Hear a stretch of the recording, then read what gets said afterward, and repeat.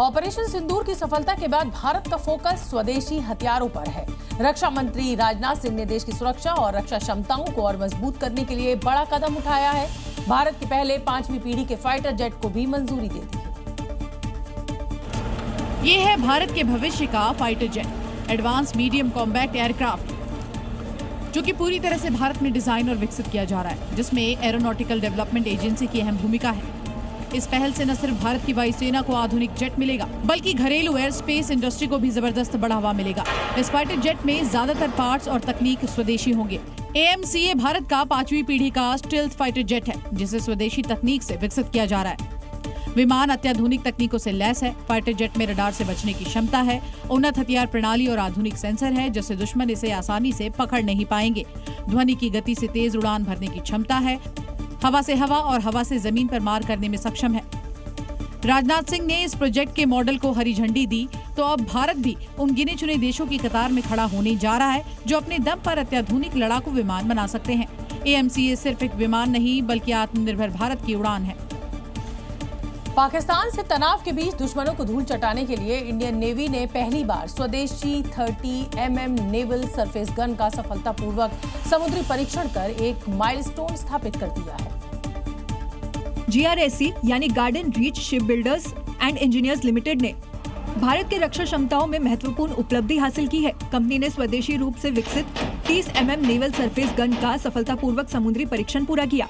ये परीक्षण GRSC द्वारा डिजाइन और निर्मित anti submarine warfare shallow watercraft पर उन्नत स्वदेशी electro optical fire control system के साथ किए गए और लक्ष्य पर सटीक फायरिंग की गई। 2 वर्षों की कड़ी मेहनत के बाद 60% स्वदेशी सामग्री के साथ ये सरफेस गन बनाई गई है। NSG 30 mm तोप ने कई कठिन परीक्षणों के बाद अपनी क्षमताओं को साबित किया है, जिसमें लक्ष्यों पर लाइव फायरिंग भी शामिल है।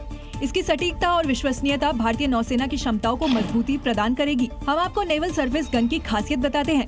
इसकी रेंज है 5 किलोमीटर और फायरिंग रेट है 120 राउंड प्रति मिनट। GRSC द्वारा निर्मित इस ऑक्सिलरी गन का नाम नेवल सरफेस गन 30 mm है। इस हथियार से लैंड सरफेस, पानी या आसमान के टारगेट को भी नष्ट किया जा सकता है। इसका रडार 13 किलोमीटर दूर से दुश्मनों को डिटेक्ट कर सकता है।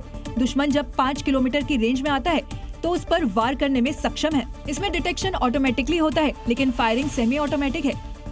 फिलहाल अभी ऐसे 10 सरफेस गन का ऑर्डर दिया गया है। ये दुनिया के बाकी नेवल सरफेस गन से सबसे सटीक और सस्ता है, साथ ही सबसे खतरनाक भी है।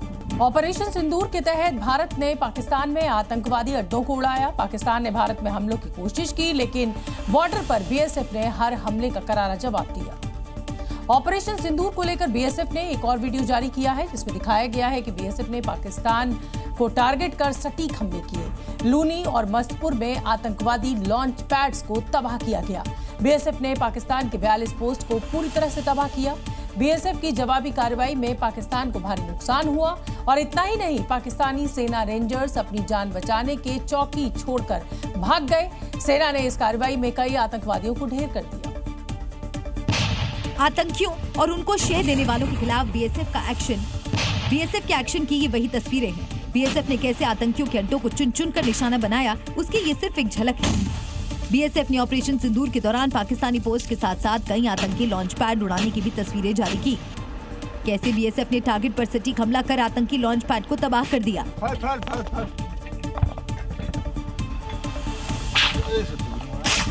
9 और 10 की रात को BSF के द्वारा लश्कर ए तौयबा के एक लॉन्च पैड जो कि पाकिस्तान में स्थित है, जिसका नाम लूनी है, उस पे BSF के द्वारा एक सुनियोजित योजना के तहत हमला किया गया।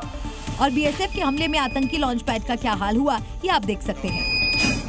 पाकिस्तान के हर हमलों का न सिर्फ मुंह तोड़ जवाब दिया गया, बल्कि आतंकी ठिकानों के साथ साथ पाकिस्तानी पोस्ट को भी उड़ा दिया। भारत के हमले में पाकिस्तानी रेंजर्स मैदान छोड़कर भाग गए। तो बहुत स्किलफुल और बहुत सटीक फायर था, जिसके कारण वो पोस्टों से भागते भी दिखाई गए। पाकिस्तान की गोलियों का जवाब BSF के जवानों ने गोलों से दिया और ऐसी जवाबी कार्रवाई की कि पाकिस्तान धुआं धुआं हो गया।